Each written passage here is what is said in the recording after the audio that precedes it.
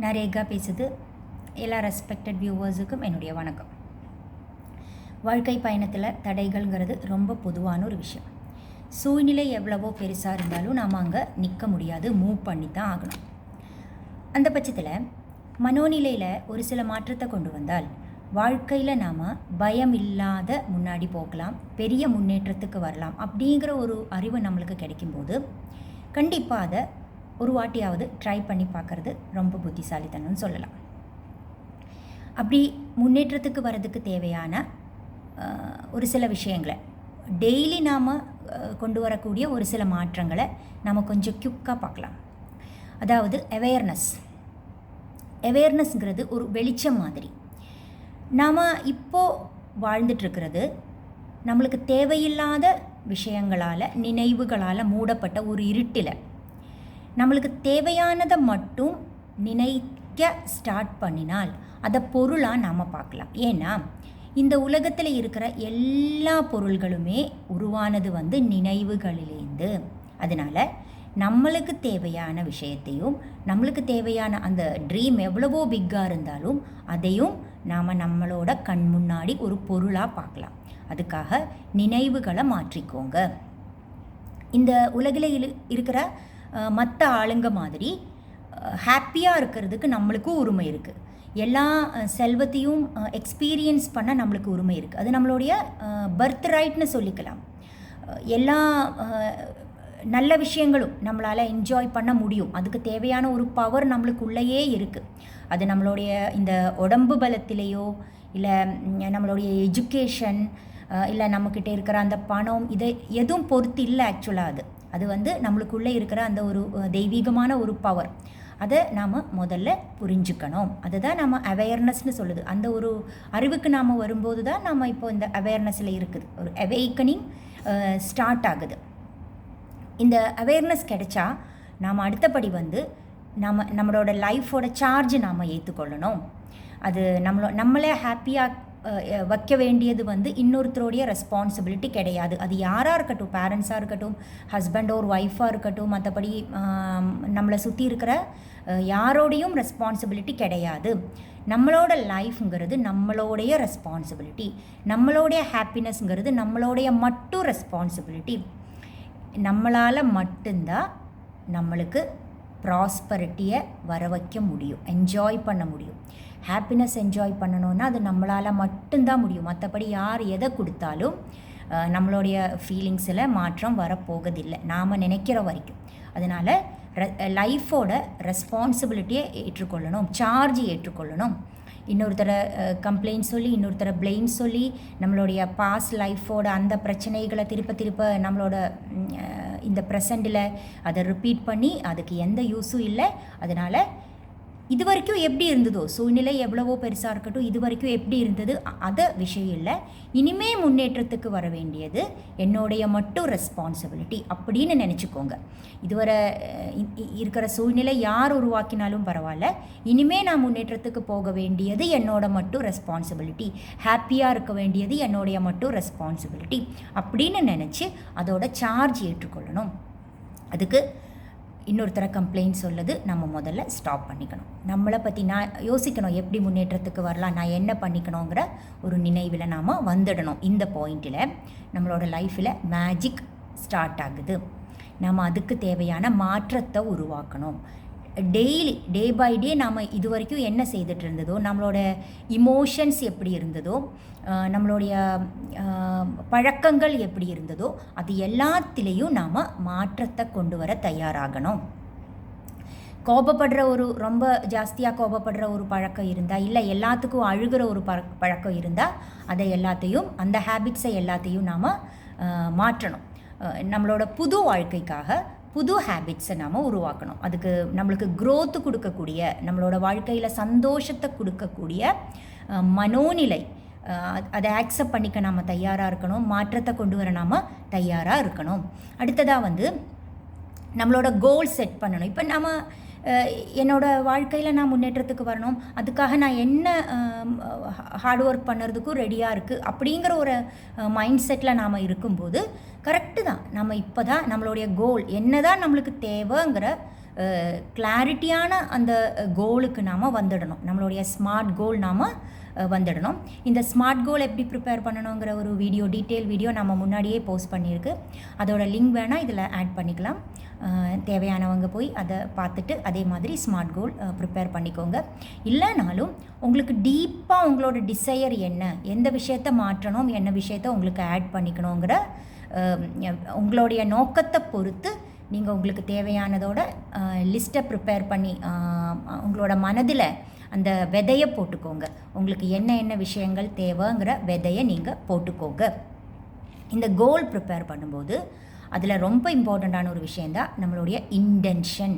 நம்மளுடைய நோக்கன்னு ஒரு அளவுக்கு சொல்லிக்கலாம், ஆனால் அதை விட கொஞ்சம் டீப்பு.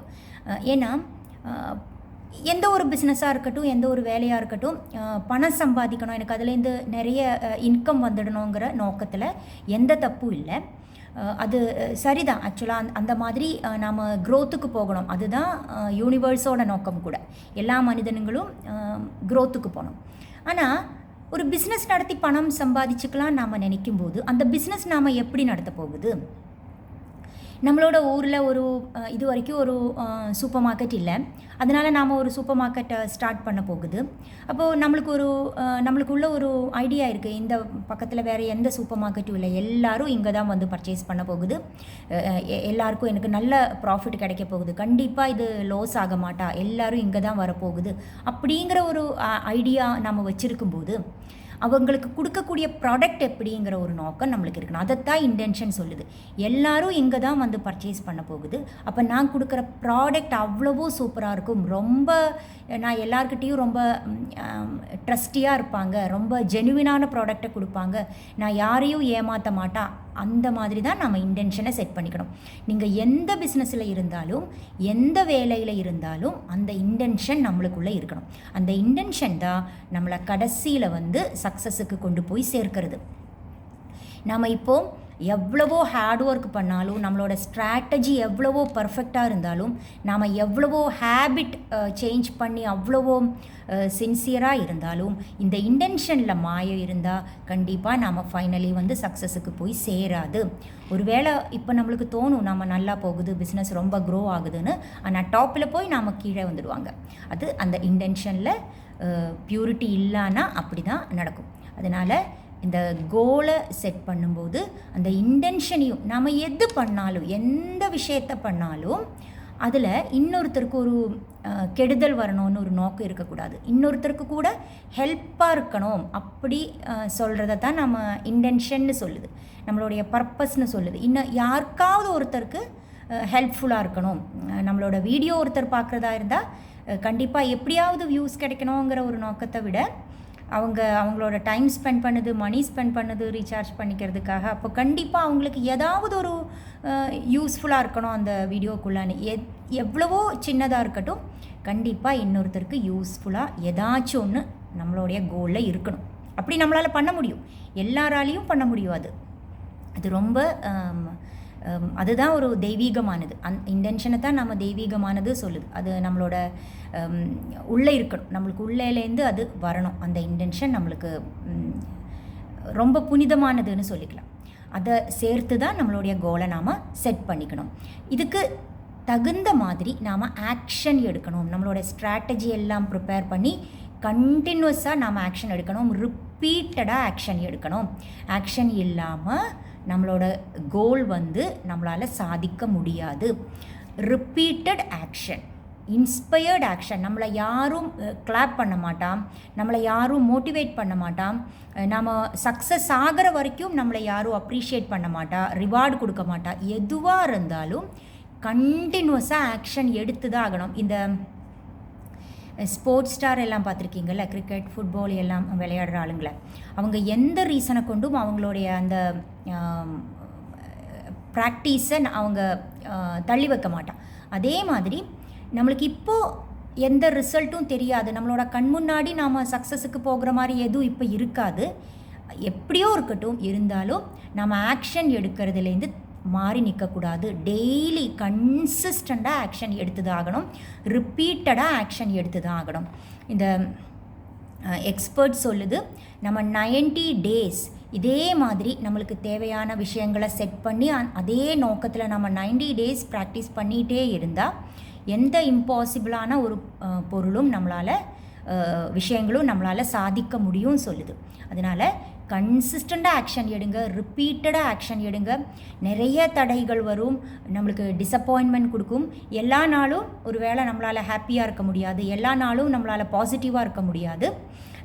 நாம் லவ் பண்ணுற எல்லாரும் நம்மளை திருப்பி லவ் பண்ணணும்னு எதிர்பார்க்கக்கூடாது. ஆனால் நம்மளுடைய நோக்கத்திலையும் இன்டென்ஷன்லேயும் நாம் கிளியராக இருந்தால் நம்ம பின்னாடி போக தேவையில்லை, நாம் அதை விட்டுட தேவையில்லை. Don't give up.